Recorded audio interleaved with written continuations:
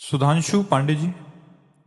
राधे राधे महाराज जी। महाराज जी, जब कर्म ही सब कुछ है तो रामायण में भी लिखा है कि कर्म प्रधान विश्व करी राखा, जो जस करे तो तस फल चाखा। यदि मनुष्य केवल अच्छे कर्म करे और अपना कर्तव्य ईश्वर द्वारा दिया गया माने तो क्या बिना पूजा पाठ के भगवत प्राप्ति हो सकती है? ये सबसे बड़ी पूजा नहीं है क्या? इससे बड़ी कोई और पूजा है क्या? अपने कर्म को भगवान को समर्पित करते हुए, भगवत स्मरण करते हुए समय व्यतीत करना। हम कह रहे अगरबत्ती कभी मत लगाओ, तुम्हारा मन है तो मंदिर जाओ, तुम्हारा मन है मंदिर मत जाओ, लेकिन सब में भगवान को देखते हुए व्यवहार करो, सबको सुख पहुंचाने की भावना करो और भगवान का नाम जप करो, इससे भगवत प्राप्ति हो जाएगी। पर केवल कर्म करने से नहीं, कर्म योग से भगवत प्राप्ति होगी।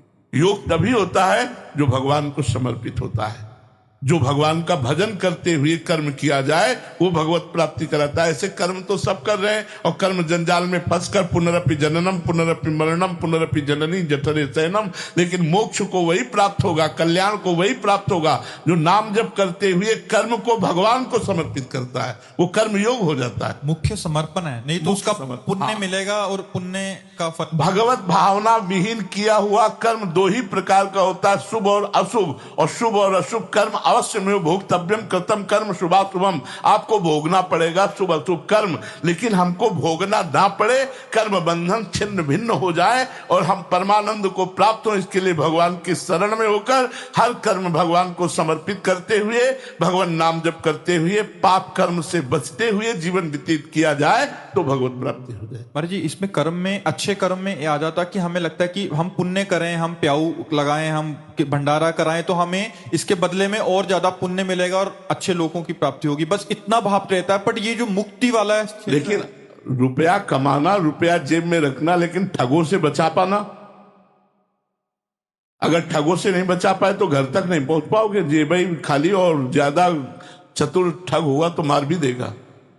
ये काम क्रोध लोभ मोह मद मत्सर, ये बहुत बड़े ठग है। तुम्हारे पुण्यों को एक सेकंड में चुरा लेंगे यदि नाम जप नहीं है तो।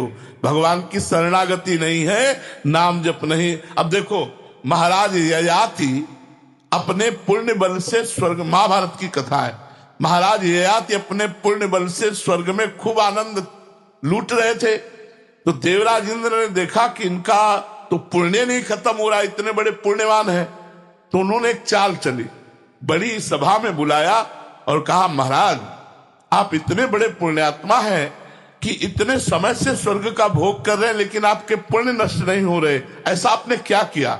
बस उनकी वाणी से निकल गया अहंकार भरा शब्द कि आज तक न कोई ऐसा हुआ है न होगा जैसा मैंने दान किया, जैसा मैंने तप किया।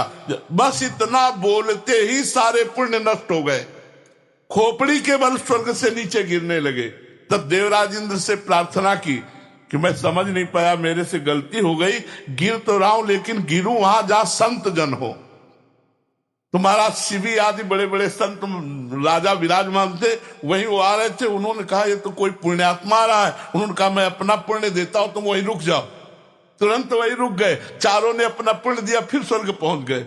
स्वर्ग के पुण्य को एक शब्द ने नष्ट कर दिया कि ना कोई ऐसा हुआ ना कोई ऐसा होगा जैसा मैंने दान और तपस्या की। ये सारे पुण्य दो शब्द में नष्ट हो जाते हैं कि काम क्रोध लोभ मोह मद मत्सर की। राम राम कहो, राधा राधा कहो, कृष्ण कृष्ण कहो, अच्छे आचरण से चलो, अभिमान रहित रहो, तब तुम्हारा मंगल होगा। ये एक सेकंड के तुम्हारे अपराध से नष्ट हो जाने वाले पुण्य हैं। और कहीं भक्त निंदा हो गई तो अनेक जन्मों के पुण्य नष्ट हो जाते हैं। जी।